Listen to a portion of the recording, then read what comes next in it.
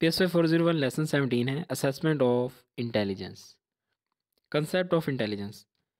Intelligence एक तरह की मेंटल कैपेसिटी है जो कि हम इस्तेमाल करते हैं अपनी रोज़मर्रा की फंक्शनिंग में, चीज़ों को देखने में, मसाइल को हल करने में। ये एक कॉमन टर्म है जो हम इस्तेमाल करते हैं जब भी हम इंटेलिजेंस की मेजरमेंट की बात करते हैं। दो चीज़ों का ख्याल रखना ज़रूरी है, रिलायबिलिटी और वैलिडिटी।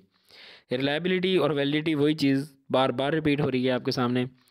रिलायबिलिटी में कह रहा है कि मिसाल ले लें कि हमने एक टेस्ट बनाया इंटेलिजेंस के लेवल को देखने के लिए। इसको टेस्ट अगर एक से ज़्यादा इस्तेमाल किया जाए तो ये बार बार वही रिज़ल्ट देगा या नहीं, इसको हम देखते हैं कि वो रिज़ल्ट देगा बार बार या मुख्तलिफ रिज़ल्ट आए, सेम रिज़ल्ट नहीं होगा।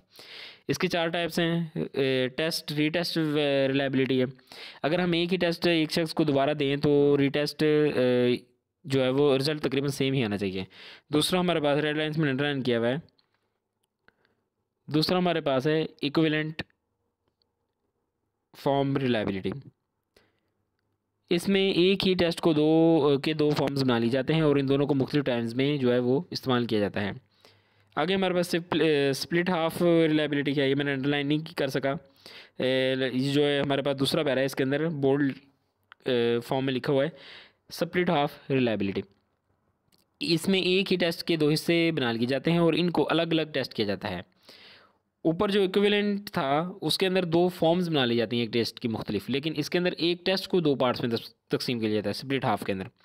चौथा है इंटर रेटर और इंटर जज रिलायबिलिटी। इसमें हम एक ही टेस्ट की दो या तीन मुख्तलिफ लोगों से स्कोरिंग कराते हैं और इनके रिज़ल्ट को कंपेयर कर लिया जाता है। वैलिडिटी का आपको पता है, इसके अंदर डिफरेंट टाइप्स हैं, पहले भी आ चुके हैं, मैं यहाँ पे आपको एक्सप्लेन कर देता हूँ। कंटेंट वैलिडिटी है, यानी कि टेस्ट के एलिमेंट्स को किन एरियाज़ को वो कवर कर रहे हैं। प्रिडिक्टिव वैलिडिटी है और इसके अलावा कंकरेंट वैलिडिटी है। ये सारी सिंपल और ईजी चीज़ें, इसको आप ऑलरेडी डिस्कस कर चुके हैं। Definition of intelligence. Intelligence is a hypothetical construct. That is, intelligence is a concept that exists only in the way that psychologists and the public choose to define it. ये तीन definition जो कि highlight की हुई हैं important हैं, as it is इनको याद कर लीजिए। ऊपर मैंने आपको वैसे डिफाइन कर दिया था सादा अल्फाज में कि इंटेलिजेंस एक तरह की मेंटल कैपेसिटी है जो कि हम इस्तेमाल करते हैं रोज़मर्रा की फंक्शनिंग में, चीज़ों को सीखने में, मसाइल को हल करने में। ये कॉमन टर्म है जो कि हम इस्तेमाल करते हैं जब हम इंटेलिजेंस की मैयर की बात करते हैं, तो यानी कि उसके अंदर वैलिडिटी और रिलायबिलिटी ज़रूरी है। ये ओवरऑल अगर आप डेफिनेशन सिर्फ आ जाए तो ये चीज़ें आप लिख सकते हैं इसके अंदर। Theories of intelligence. Factor analytic approach.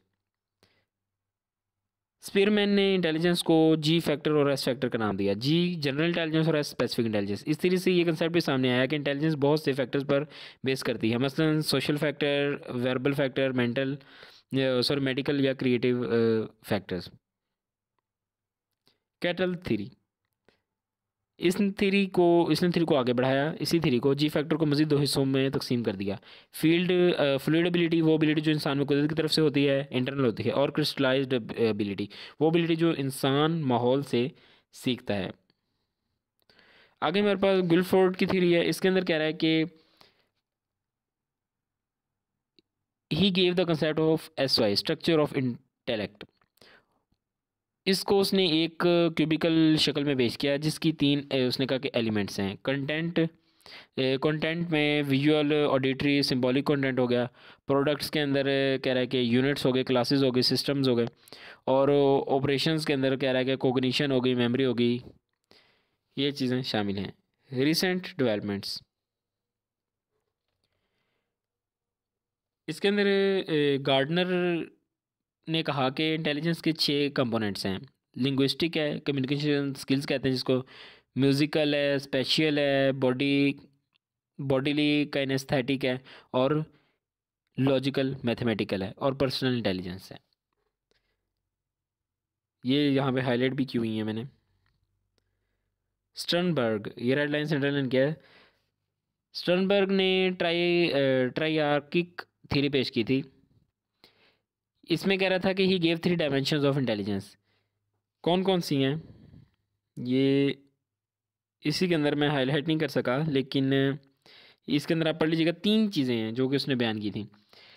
Componential है, एक्सपेरिमेंटल और कॉन्टेक्चुअल है। कंपोनेंशियल के अंदर कह रहा है कि इंसान किस तरह चीज़ों को एनालाइज करता है, एनालिटिक थिंकिंग भी कहते हैं इसको, और किस तरह इसे इस्तेमाल करता है। एक्सपेरिमेंटल को क्रिएटिव इंटेलिजेंस भी कहते हैं, यानी इंसान किस तरह अपने एक्सपीरियंस की बुनियाद पर चीज़ों को नए अंदाज से सोचता है और लागू करता है। कॉन्टेक्चुअल थिंकिंग जो है, या स्ट्रीट स्मार्टनेस भी कहते हैं इसको, इसको आप इस तरह से कह लें कि एक बंदा ज़्यादा पढ़ा लिखा नहीं, लेकिन वो अपने काम में माहिर है, चीज़ों को नए अंदाज से समझ सकता है, हाजिर दिमाग है। यहाँ आगे हिस्ट्री है, इसके अंदर जो हाईलाइटेड पॉइंट्स हैं इसको आप एमसीक्यूज़ के पर्पज़ से देख लीजिए वीडियो पॉज करके। अगर आपको नोट्स चाहिए तो आप वो भी मुझे मेल कर सकते हैं, या फेसबुक पेज का लिंक अवेलेबल है डिस्क्रिप्शन के शुरू में, आप वहाँ पे मुझे मैसेज कर सकते हैं।